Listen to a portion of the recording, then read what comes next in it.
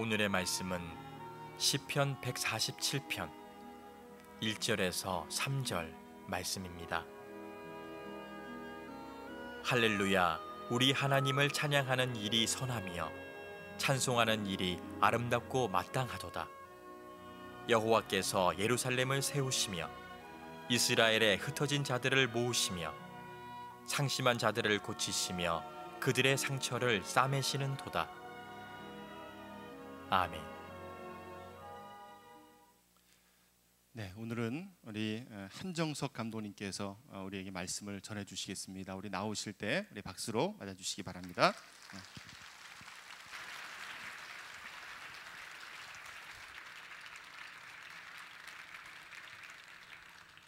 할렐루야.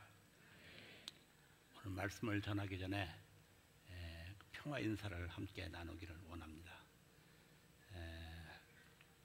제가 평화를 기원할 때 여러분들은 샬롬하고 다 같이 응답해 주시면 감사하겠습니다.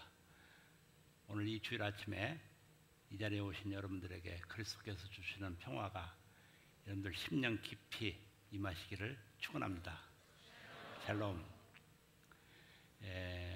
히브리어 샬롬이라고 하는 단어를 보면은 이 단어는 단순히 그냥 전쟁이 멈춘 평화가 아니라 영적인 평안함, 또 정신적인 평화, 또 우리 마음의 평화, 또 우리 육신의 건강과 평강, 이런 모든 것을 포함해서 샬롬이라고 하는 단어를 쓴다고 합니다.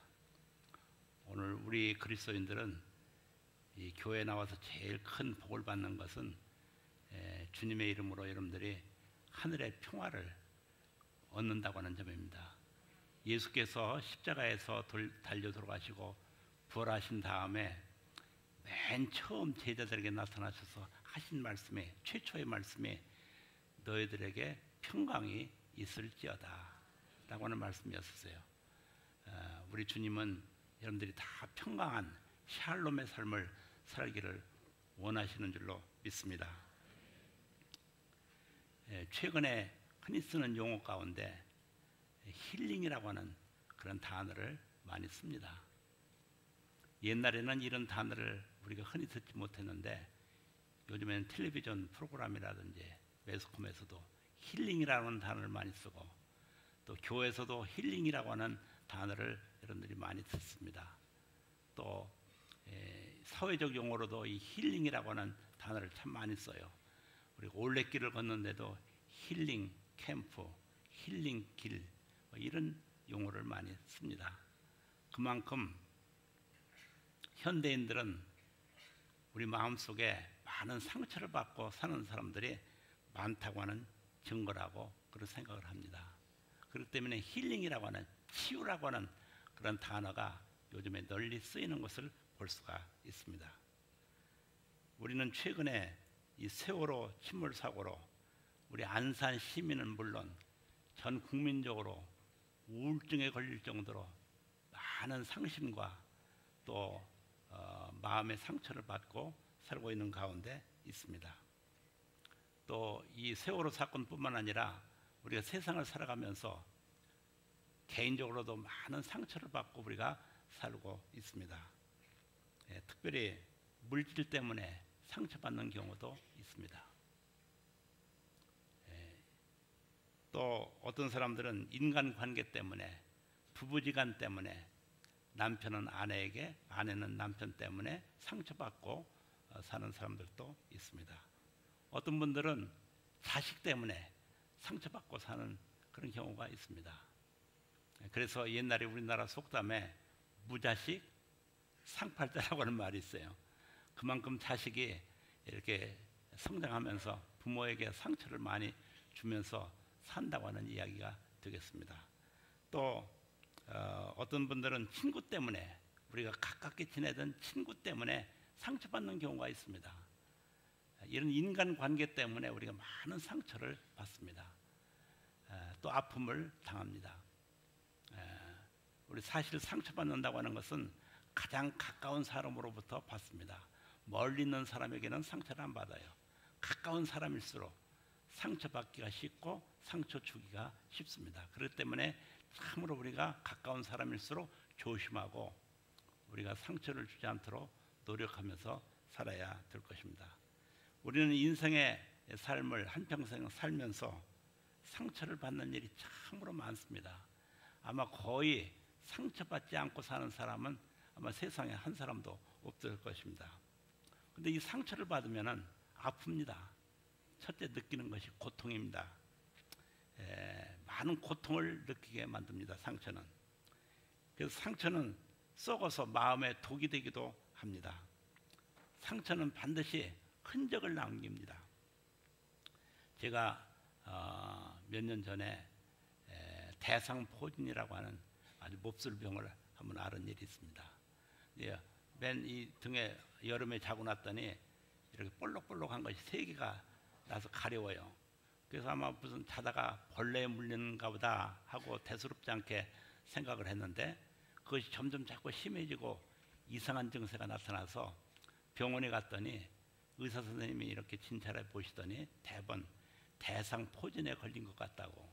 면역력이 약하면은 우리 몸속에 있던 잠재균이 나타나서 그런 대상포진 같은 것이 나타난다고 하는 얘기입니다. 그래서 나이 50이 지나고 60이 지나서 면역력이 떨어질 때 그런 대상포진을 앓는 경우가 참 많아요. 이 대상포진은 알아보지 않은 사람은 모릅니다. 옛날에 우리나라 말에 과부 사정은 과부가 한다고 그랬어요. 그러니까 이 대상포진을 알아본 사람은 대상포진이 얼마나 무서운 고통을 주는 병이라고 하는 것을 여러분들 잘 아십니다. 너무 고통이 심해가지고 여름에 선풍기 바람만 불어도 견딜 수가 없고 옷 껴면 스쳐도 견딜 수가 없고 정말 고통스러운 병이 대상포진입니다. 거기에다가 나중에는 그 흔적이 남는데 그 대상포진을 앓고 난 다음에 그 보기 흉한 시커먼 흉터가 3년 가더라고요. 3년 지나니까 그 흉터가 없어져요. 그 전까지는 아주 흉한 흉터로도 남고 생각만 해도 지긋지긋할 정도로 그렇게 고통스러운 병이었었습니다. 이런 흉터를 남기고 고통을 줍니다. 상처는. 특별히 대상포진은 의사 선생님의 말에 의하면은 신경줄을 타고선 파괴하는 바이러스라고 합니다. 그렇기 때문에 고통이 특별히 심하죠. 신경에 염증을 일으키기 때문에 고름이 잡히고.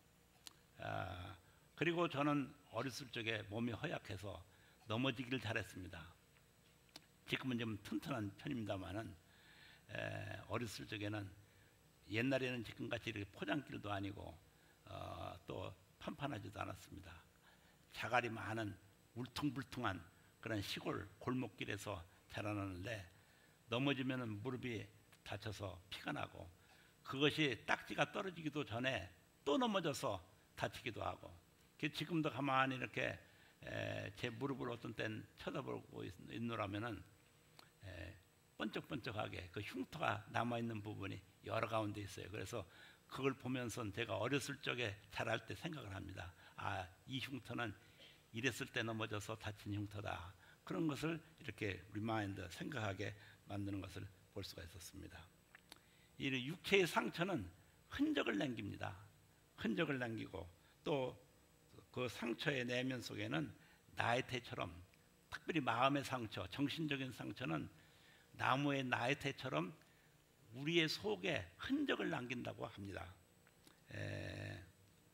특별히 저는 상처가 많은 가운데 자란 사람입니다.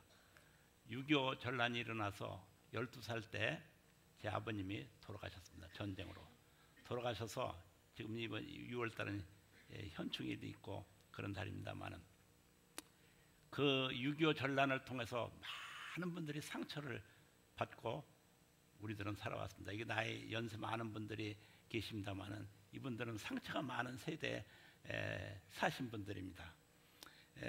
저는 자라면서 친구를 통해서도 상처받은 일이 있고 또 자라면서 가난 때문에 상처받은 일도 있습니다. 어떤 열등감이라든지 또 가난하다고 무시하는 그런 주변 사람들의 삶을 통해서도 내가 상처를 받고 자랐습니다. 또 제가 목회하면서도 목사로서 상처받은 일도 물론 있습니다. 또 반대로 우리 교회 다니는 교우들 가운데는 목사 때문에 상처받는 경우도 있습니다. 왜냐하면 우리가 다 인간이기 때문에 부족한 것이 많습니다. 목회자 때문에 또 상처받는 분들도 있어서 낙심하는 경우가 있습니다. 그래서 제가 목회를 다 이제 마치고 44년 제가 목회했습니다만은 하고 혜성감리교회에서 마지막 은퇴 설교를 할 때 제가 그런 얘기를 했습니다. 맨 마지막 부분에 내가 이 교회에서 목회하면서 나 때문에 목사 때문에 상처받은 분이 혹시 있다면은 용서해 주시기를 바랍니다 하고 고백한 일이 있습니다. 또 목사는 교인 때문에 상처받기도 하고 또 목회자는 교인 때문에 상처받기도 합니다. 특히 마음과 정신적인 상처는 영향력을 준다고 합니다. 어떤 영향을 끼친다고 해요. 그 상처가 내 안에서 작용하면은 원한으로 남습니다. 우리 한국 사람들은 한이 많은 민족이에요. 여러 가지 상처받은 일이 많기 때문에 역사적으로 그렇기 때문에 한 많은 민족, 이것이 우리 민족의 특성입니다. 그리고 그것이 다른 사람으로 나타날 때는 상처가 내가 받은 상처가 다른 사람에게 영향을 끼칠 때는 적대감으로 나타납니다. 다른 사람을 미워하게 된다든지 다른 사람을 공격한다든지 그런 것으로서 이 상처가 영향력을 끼칩니다. 또 우리가 세상을 살아가면서 편견을 갖는다고 하는 것, 선입관을 갖는다고 하는 것, 이것도 다 우리 마음의 상처 때문에 생기는 하나의 현상이라고 말합니다. 여러분, 편견과 선입관 같이 무서운 것이 없어요. 이런 고정관념은 나를 상당히 불행하게 만드는 경우가 많고 인간관계를 잘 원활하게 하지 못하는 요인이 되기도 하는 것입니다. 어린 시절에 받은 상처 때문에 평생을 고통스럽게 불행하게 사는 사람들이 많습니다. 특별히 심리학자 가운데 프로이드라고 하는 심리학자가 있는데 제가 신학교 다닐 때 이 상담학을 제가 전공하기 위해서 이 심리학을 여러 심리학자들을 저서를 읽은 일이 있습니다. 이 프로이드는 그런 말을 합니다. 어렸을 적에 받은 영아 때, 유아 때, 유치원 시기에 받은 그런 상처와 그런 삶의 흔적이 성인이 된 다음에 무서운 삶의 결과로 나타난다고 하는 그런 이야기를 합니다. 그렇기 때문에 프로이드는 그 사람이 뭔가 잘못된 삐뚤어진 인간의 삶을 산다. 그럴 때는 어렸을 적의 삶을 거슬려서 그것을 파내야 치유가 될 수 있다고 그렇게 말하는 심리학자 가운데 한 사람입니다. 최근 범죄 심리를 연구하는 그런 분들이 텔레비전에 나와서 하시는 말씀을 우리는 간혹 듣습니다. 그분들의 얘기를 들어보면 어린이 성범죄라든지 무고한 사람을 무차별적으로 죽이는 그러한 연쇄살인 사건이라든지 변태적인 사건, 우리 인간이 정상적인 삶을 살지 못하고 뭔가 변태적인 삶을 사는 사람들, 이런 사람들은 다 모두가 거의 마음의 상처 때문에 그런 보복적인 행동으로 그런 범죄가 나타난다. 그런 이야기를 흔히 하는 소리를 우리가 듣습니다. 이렇게 상처는 무서운 영향력을 우리에게 끼치게 되는 것입니다. 상처는 우리 마음을, 내 마음을 상하게도 하고 우리들의 삶의 그 풍요로움을 다 뺏어가기도 합니다. 행복을 뺏어가기도 합니다. 상처 속에 사는 사람은 과거 속에 사는 사람이에요. 미래를 바라보지 못하고 현실적인 삶을 직시하지 못하고 과거에 얽매여가지고 과거의 삶을 계속 반복적으로 불행하게 사는 사람이 상처받은 사람의 불행한 삶인 것입니다. 오늘의 삶을 행복하게 살지 못하도록 가로막는 것이 뭐냐면 우리가 받은 상처 그리고 흔적인 것입니다. 그 상처 때문에 언제나 마음이 아프고 불행한 것입니다. 그래서 시편 38편 5절로 6절에 있는 말씀을 보면은 내 상처가 썩어 악취가 나오니 내가 우매한 까닭이로소이다. 내가 아프고 심히 구부러졌으며 종일토록 슬픔 중에 다니나이다. 내 마음의 상처가 썩어서 악취가 날 정도로 나를 아주 어리석은 삶으로 만들게 되고 불행한 삶으로 빠뜨리게 만들고, 그 상처 때문에 나는 아프고 내 삶이 삐뚤어져서 종일토록 슬픔 중에 다니나이다. 삐뚤어진 인생의 삶을 사는 사람이 기쁨의 삶을 살 수가 없는 거예요. 슬픔 중에 내 인생의 삶을 사나이다. 시편 기자가 그렇게 고백하고 있는 말씀도 우리가 볼 수가 있습니다. 마음의 상처가 얼마나 인생의 삶을 불행하게 만든다고 하는 그런 하나님의 말씀인 것입니다. 그러므로 상처는 반드시 치유돼야 합니다. 내가 어렸을 적에 받은 상처라든지 또 성인이 된 다음에 받은 상처, 이 상처가 있으면 그 상처를 치유해야지 그대로 두면 안 됩니다. 이 상처로부터 치유받고 우리가 자유함을 얻어야 그것이 복된 인생의 삶이 되는 것입니다. 예레미야서에 보면은 이런 말씀이 있습니다. 네 상처는 고칠 수가 없고 네 상처에는 약도 없고 네 부상은 중하도다. 우리의 상처를 네가 고칠 수가 없다 그러는 것입니다. 그리고 이것은 약도 없고 그리고 네 부상은 너무나도 중하도다. 그 상처의 흔적이 너무나도 중하다. 그래서 그것이 두고두고 우리를 불행하게 만든다는 그런 하나님의 말씀인 것입니다. 그렇기 때문에 이 상처를 치유하기 위해서 요즘에는 많은 사람들이 정신과 의사 선생님을 찾아가기도 하고, 내가 받은 상처를 치유하기 위해서 상담학자를 찾아서 상담도 하고 그러는 경향이 참 많습니다. 이제는 많이 이런 것이 개발되고 발달되어서 또 이렇게 고치려고도 노력을 합니다만은 상처를 치료하려고 그러더라도 치유할 수가 없어가지고 고민하는 사람들이 참 많습니다. 그래서 이 상처 때문에 어떤 사람들은 부정적인 인생의 삶을 살고, 또 어떤 사람은 술도 먹어서 이것을 잊어버리려고도 하고, 마약을 하면서 상처를 이것을 치유하려고 하는 그런 어리석은 삶을 사는 사람도 있습니다. 이 마음의 상처, 정신적인 상처는 인간의 행복을 송두리째 빼앗아가는 무서운 독소가 되는 것입니다. 그러면은 누가 우리의 상처를 치유해 주실 것인가?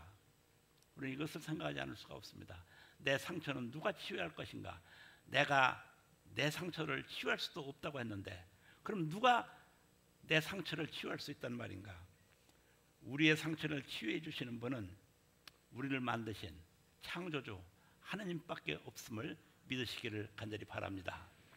여러분, 시계가 고장나면 어디를 가야 고칠 수 있죠? 시계방을 가야 고칠 수가 있습니다. 시계가 고장나는데 자동차 서비스 공장에 가서 이 시계 좀 고쳐주시오 하면 당신 미쳤느냐고 그럴 것입니다. 자동차가 고장나는데 시계방으로 가서 자동차 좀 고쳐주시오 하는 어리석은 사람은 없습니다.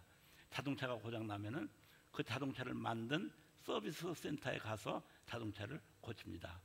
여러분들이 많이 가지고 다니는 스마트폰도 고장나면은 어디 가서 그 스마트폰을 고칩니까? 그 스마트폰을 만든 삼성 회사면 삼성 회사, LG 회사면 LG 회사, 그 서비스 센터에 가면은 친절하게 잘 고쳐줍니다. 마찬가지로 우리 인간을 만드신 하나님만이 우리 인간의 질병과 우리의 상처를 깨끗이 치유해 주실 줄로 믿습니다. 예레미야서에 볼 것 같으면 그래서 네 상처는 네가 고칠 수가 없다고 했지만은 하나님만이 우리의 상처를 고쳐주시는 분이에요. 오늘 본문 말씀을 보면은 시편 147편 말씀을 읽었습니다만은 상심한 자들을 하나님은 고치시며 그들의 상처를 싸매 주시는도다라고 말씀을 했어요.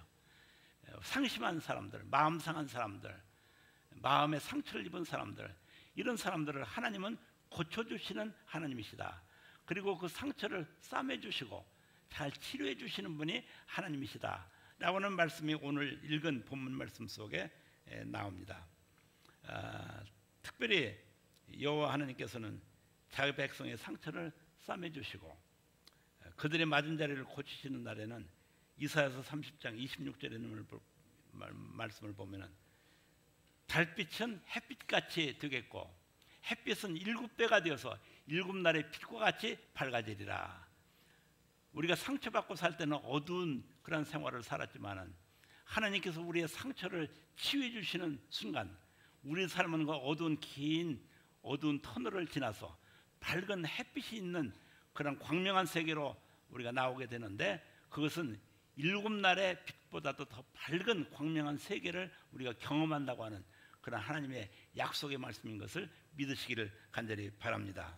또 누가복음 10장 34절에 있는 말씀을 보면은 예수께서 선한 사마리아인의 비유를 말씀하시면서 기름과 포도주를 그 상처에 붓고 싸매고 하는 말씀이 나옵니다.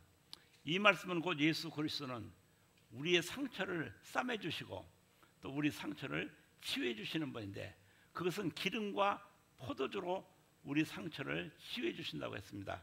이 기름과 포도주는 무엇을 상징하는 거 아니 성서적으로 그리스도의 보혈의 피를 상징합니다.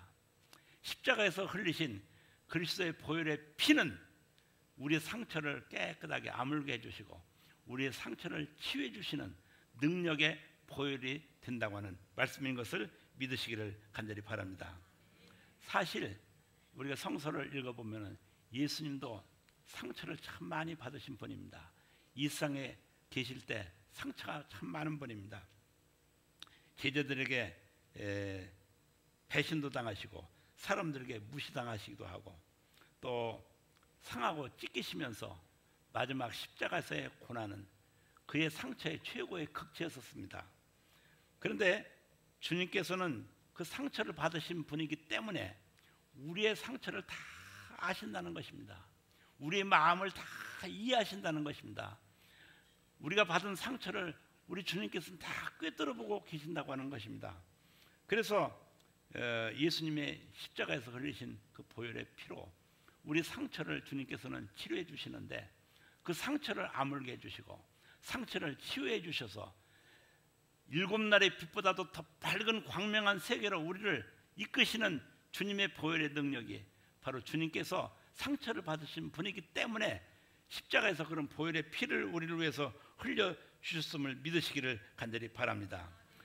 그리스도의 보혈의 피는 우리의 상처를 치유하는 신비한 약으로 나타나는 것입니다.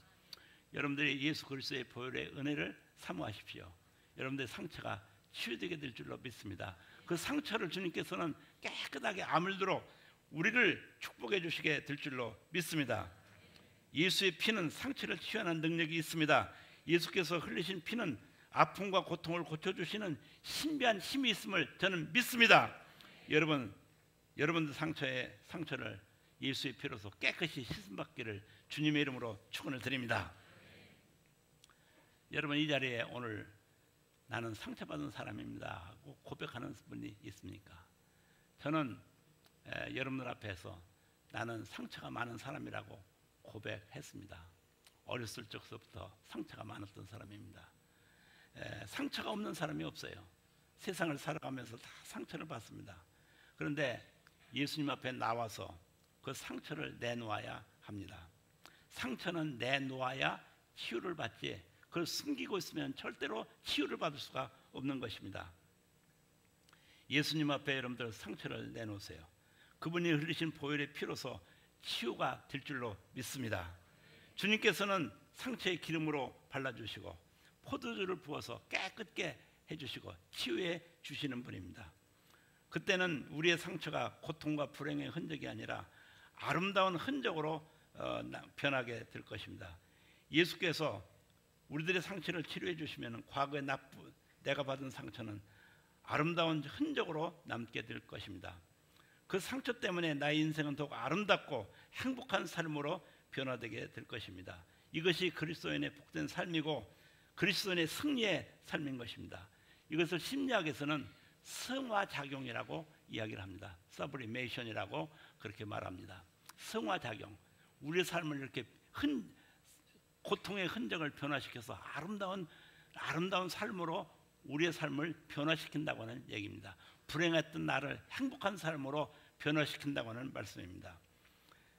제 둘째 아들이 아리조나 그랜드 캐니언이 있는 그 지역에서 선교사로서 목회를 하고 있습니다. 거기는 아파치 인디안족이라든지 호피족이라든지 나바오 인디안들이 많이 사는 거주 지역입니다. 거기서 목회를 하고 있는데 이 그랜드 캐니언은 땅이 움푹 패인 지축의 변으로 생긴 상처라고 설명하는 얘기를 들었습니다. 제가 지난 5월 한 달 동안 미국을 제 아들네 집과 딸네 집을 방문하고 돌아왔는데 이 둘째 아들네 갔더니 아버님 그랜드 캐년을 늘 항상 지상에서만 보셨기 때문에 이번에는 헬리콥터를 한번 타고 구경하세요. 그래서 자식 덕분에 헬리콥터를 한번 타고 돈은 제가 냈지만 저희 집 사람과 이렇게 관광을 했습니다. 그런데 땅 아래에서 이렇게 뷰 포인트에서 보는 거하고 헬리콥터를 타고선 하늘 위에서 보는 그랜드 캐년은 천지 차이로 다르더라고요. 돈의 가치가 있는 것을 봤습니다. 정말 아름다워요. 정말 아름답고 황홀할 정도로 그렇게 좋은 곳이다 하는 것을 새롭게 발견한 일이 있습니다. 근데 거기 한국말로 헬리콥터에서 헤드폰을 통해서 나오는데 한국 사람이 탔다고 한국말로 안내 방송을 해주는데 이 그랜드 캐년이 왜 생겼느냐? 이 땅이 움푹 지축의 변화로 오랜 세월 동안 이것이 깎이고 또 깎이고 그러는 동안에 생긴 지축의 변화로 생긴 것이 그랜드 캐년의 아름다움이라고 그렇게 설명하는 얘기를 들었습니다. 상처가 깊을수록 그 부분은 더욱 아름다운 광경을 연출하고 있다고 하는 얘기입니다. 저는 아직 가보지 못했습니다만은 브라질에 있는 이과수 폭포 우리는 사진으로 많이 봅니다. 여러분 화면에도 나오고 있습니다만은 그 아름다운 광경은 장관을 이루고 있습니다. 이 폭포도 어떻게 생기느냐? 큰 지진 때문에 땅이 꺼지고 갈라지는 과정 속에서 이런 이과수 폭포라고 하는 폭포가 생기게 됐다고 하는 이야기를 들었습니다. 그러니까 그 땅에 그 갈라지고 아픔을 고통을 당하는 고통 속에서 그 아름다운 광경을 연출하는 자연의 광경 이런 것을 생각할 때 저는 많은 것을 생각하게 되었습니다.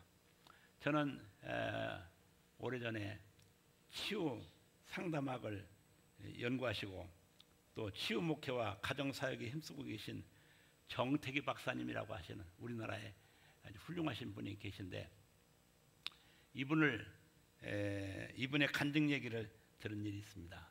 그분은 저 경상남도 저쪽 남해 조그마한 어느 섬에서 태어났다고 합니다. 그 섬에서 자라나는데 아버지가 얼마나 엄격했던지 아버지 앞에서는 숨도 제대로 쉴 수 없을 정도로 그 아버지가 그렇게 완고하고 엄격했대요. 그래서 밥상도 장남이라고 해서 한 밥상을 이렇게 맛상을 해서 주는데 밥 먹을 때도 반찬도 제대로 집어먹지 못할 정도로 그렇게 엄격한 아버지 밑에서 숨도 못 쉬고 살았다고 합니다.